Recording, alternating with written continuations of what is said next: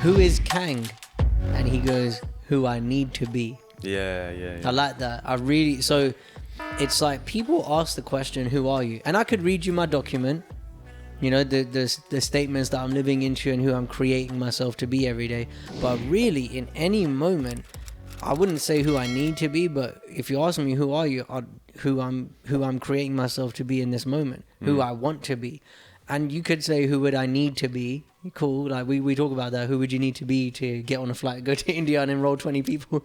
We're going to India tomorrow, by the way. Shout out Isn't India. it today?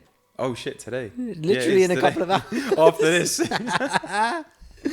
Oh man. We'll be in India when this comes out. We will be, yeah. And there's a great power that comes with this. Like, who are you is not fixed. Pointing us back in the direction of who we are is a fucking choice all the time, but only always. But only always, yeah. That was a sick thing, because I saw it as like, the thing with Kang, right? It's like, he said it's who I need to be. And it kind of came from the place of like, I have no choice but to be this way, right? And you could also see it as, I'm choosing to live into this, because what he's saying is, I know what's coming. What's coming is the rest of me, my variants, and they're going to fuck everything up.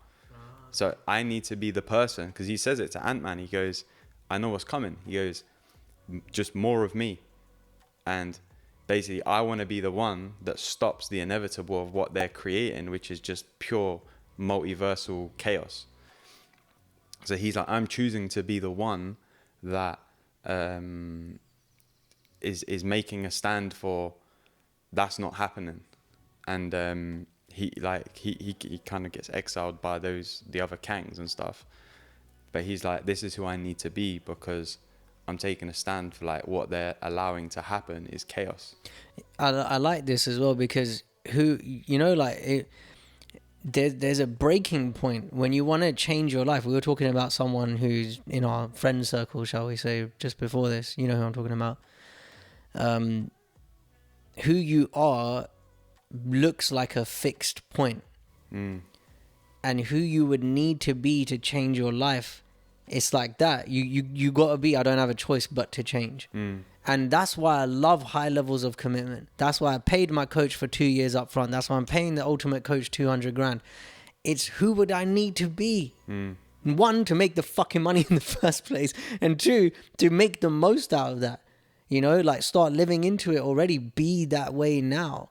And I love this as a, if you want to cure yourself of anxiety, you want to cure yourself of being depressed or having a low, what's it called? Like not having a zest for living, let's say.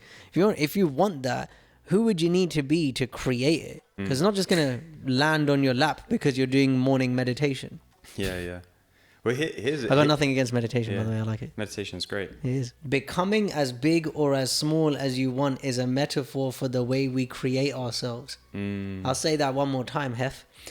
Becoming as big or as small as you want in Ant-Man is a metaphor for the way we create ourselves. I remember I was walking with you in Athens, and I go, I feel like I'm 10,000 feet tall. Yeah. It was really funny, because I was like, I can't remember what we were doing. We were just walking, and the way that I was creating myself previously was, I need to get taller, without realizing how massive I had already become. And the same thing with like creating things as a big or small deal.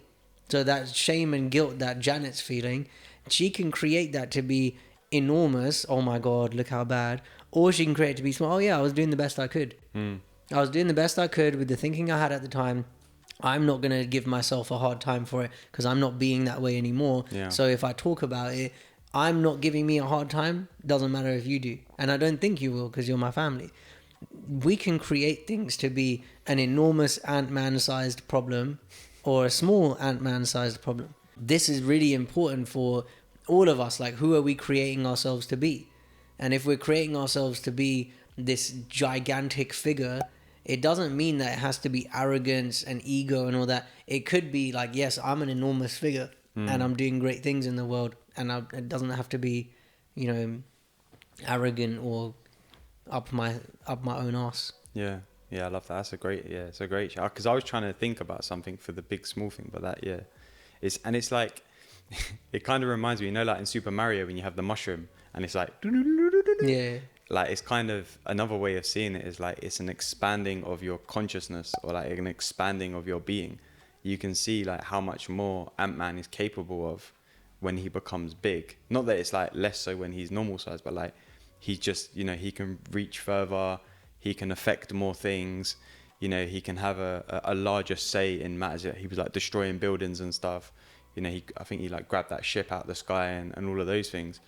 And there's the bit when, you know, when they're falling through the quantum realm and he like puts his suit on and then expands and he catches Cassie and like he's expanding himself to be able to do something to help someone else. And it's like, I see when we expand who we're being in the world and allow our consciousness to expand, we have the same effect. We can be more effective. So if you like this clip, go and check out more on our YouTube. We're going to be covering movies, TV shows, anime, games, all sorts of stuff that we're getting powerful learnings from. So if you like this, go check out more over on the YouTube.